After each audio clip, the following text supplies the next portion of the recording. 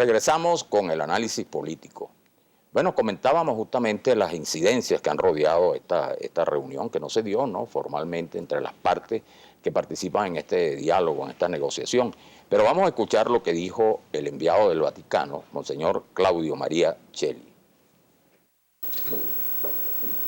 Destacamos que, si bien existen evidentes resultados positivos, aún quedan temas en la agenda que están pendientes por resolver, tal cual lo expresaron los representantes de las partes.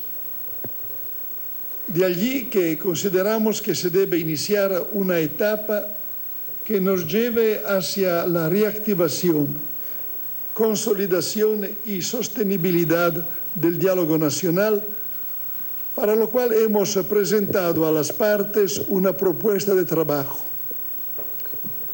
Igualmente hemos solicitado a los poderes públicos no aprobar o abstenerse de dictar decisiones que dificulten la relación entre ellos o el proceso de diálogo hasta el 13 de enero de 2017. Ese plazo, según acordamos, será utilizado para trabajar de manera inmediata en las mesas temáticas del diálogo nacional. El enviado del Vaticano habla de pasos positivos, ¿no? Eso fue, digamos, antes de que los representantes de la Mesa de la Unidad Democrática aclararan que no van a volver a la mesa. Pero fíjate lo que dice en su carta el cardenal Parolin. Él decía, la Santa Sede, cumpliendo su rol de garante de la sinceridad de las negociaciones al que ha sido llamada, considera que se debe dar un sustancial paso adelante si se quiere que el proceso de diálogo se desarrolle de manera provechosa. Y por eso pide, en uno de los puntos, bueno, caramba, que se concreten los acuerdos, que se concreten las medidas que fueron anunciadas, ¿no? Bueno, y eso fue lo que molestó al gobierno. Eso fue lo que es un llamado muy válido, ¿no? Y pero pertinente, además, bueno, lógico, ¿no? Tenemos un plazo hasta el día 13 de enero, en el cual pues queda un tiempo importante para que se den algunas respuestas a lo que se está planteando en la mesa. Sin duda que hasta tanto no se vean cuestiones concretas, pero eso se va a ver en la mesa y con la presión incluso que haya de ambas partes en que las cosas que se piden de ambos lados pues se puedan resolver.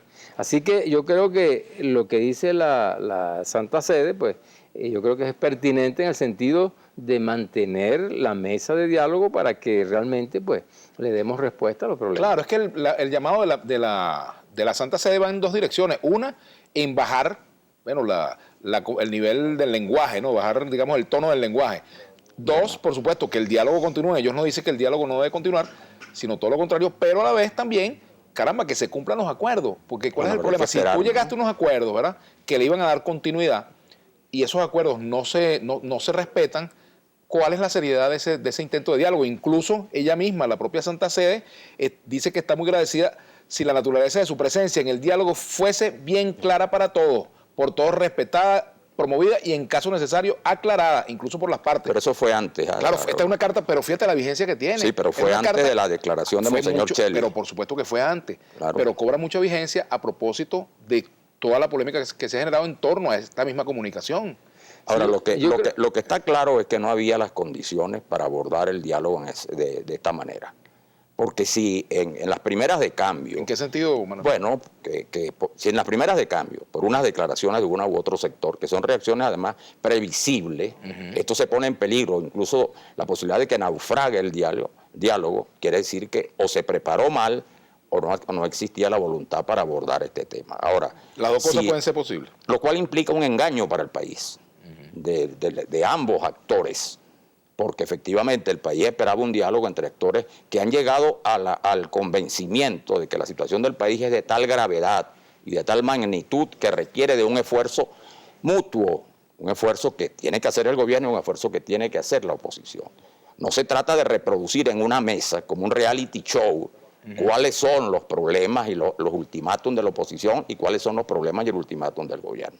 Es decir, aquí pareciera que más que un diálogo para abordar un problema, una y otra parte están, como se dice en el béisbol, jugando para la tribuna. Para las gradas. Sí. Y para las gradas, para el aplauso. Entonces yo pienso que ahí hay un problema de entrada que no se abordó con la debida seriedad del diálogo y se está descuidando un aspecto fundamental, y es que lo que está en discusión es el destino del país. No son los intereses del gobierno ni son los intereses de la oposición organizada en la MUP, que tampoco es toda la oposición del país.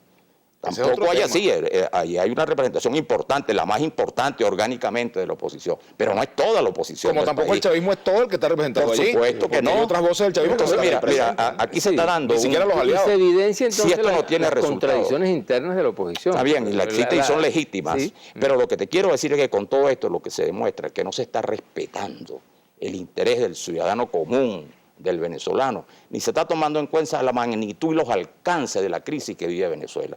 Que porque está bien, todos esos temas son importantes, pero a la hora que tú los revisas con cuidado, ves que son importantes en atención a los intereses de las partes, fundamentalmente. Pero fíjate, no en atención a otros intereses que son fundamentales, que son los intereses del país. Ahí hay el tema económico, por ejemplo. Claro, el problema de las medicinas, el problema, eso es un tema social grave, el problema de los alimentos.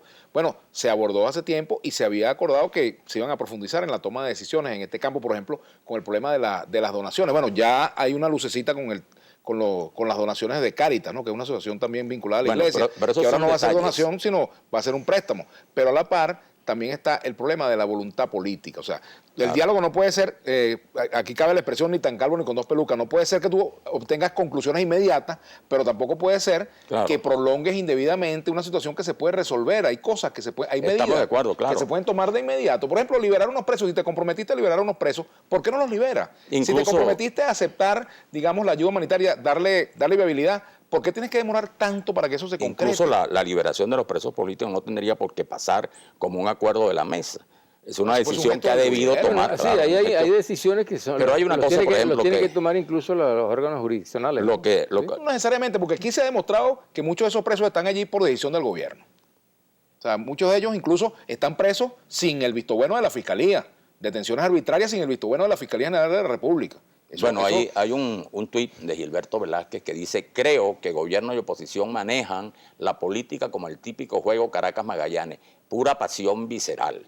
Bueno, pero ese es con más strike que hit, ¿no? ¿Qué te parece? Ese es el problema. Y bueno, hablando de la oposición, pues tampoco hay que quedarse corto en la crítica en la forma como la oposición ha manejado este tema. Fíjate, por ejemplo, las declaraciones de ayer de Capriles, pues generan una situación de desmoralización y de desconfianza en la propia oposición, porque bueno, Capriles ha dicho nada más y nada menos que hay alguien que está trabajando para el gobierno, que está pasando información, por ejemplo. Entonces, yo me pregunto, ¿cuál es el nivel de discusión que hay en la mesa de la Unidad Democrática frente a estos temas, verdad? ¿Se ha discutido eso en bueno, la y hay que recordar. Negocia la oposición con esta situación y es muy difícil en esa circunstancia en la cual si un grupo fundamental que está en la mesa de diálogo y a lo interno no tienen posiciones coherentes en función de los problemas que se están planteando. Eso también es un motivo para que nosotros pensemos que esa mesa tiene mucho ruido. Pero el gobierno también tiene lo suyo, ¿viste? Bueno, pero desde el punto de vista del gobierno hay una posición de alguna manera unánime, porque no hay voceros en la. Ahora, la posición del gobierno sobre el diálogo, ¿es la posición de Diosdado Cabello con el Mazo o es la posición de Nicolás Maduro? ¿Cuál será? Mira, ¿O es la misma? Sin duda que hay una posición por parte del polo patriótico del gobierno también de ir a la mesa de diálogo. O sea, que ahí nadie dice que no hay que ir a la mesa de diálogo dentro del gobierno. Sin embargo, ha dicho que no creen eso. Bueno, pero hay también en eso, yo creo que lo que hay que entender es que estas negociaciones se dan de manera seria, en los términos en que se dan en el mundo entero, que no son públicas, no son, como decía, un espectáculo televisivo, eso no es un reality, sino que tienen que ser negociaciones lo más discretas, prudentes, porque son difíciles, implican concesiones, eso pudiera implican ser una medida importante. Entonces, cuando se hace público, como decíamos, de cara a las tribunas, a las gradas, buscando el aplauso, bueno, ahí no puede haber acuerdo. Fíjate tú, ningún acuerdo en el mundo hubiera funcionado si se da de esta manera. Imagínate tú el acuerdo, por ejemplo, para restablecer las relaciones de Estados Unidos con Cuba. Si eso se hubiera conocido, ¿qué hubiera pasado en Miami? Ah, no, imagínate. Bueno, y lo de Colombia, si después de 4 años tú discutes, entonces tú dices, no, mira, es que la guerrilla acordó que se iba a reconocer, que actuó y que hay víctimas militares en tal parte. ¿Cuál va a ser la respuesta de mucha gente en Colombia? Manuel Felipe. Eso no se puede hacer, así como se ha pensado hacer en Venezuela, en este caso. Y por eso te decía que a mí lo que me preocupa, y creo que va a ser el resultado final, es que esto está ahondando un divorcio que existe entre la dirigencia política en general y las expectativas de la población. Se está dando ese cuadro que Gaitán definía en el caso de Colombia entre el país político y el país nacional, que fue el factor que generó ese clima de violencia en Colombia durante tantos años. Bueno, Mario Suárez dice en un Twitter: nunca se debe dejar el diálogo porque es la única esperanza de lograr una mejoría en cualquier ámbito. De acuerdo, yo creo que el diálogo, al diálogo no se debe renunciar, ¿verdad?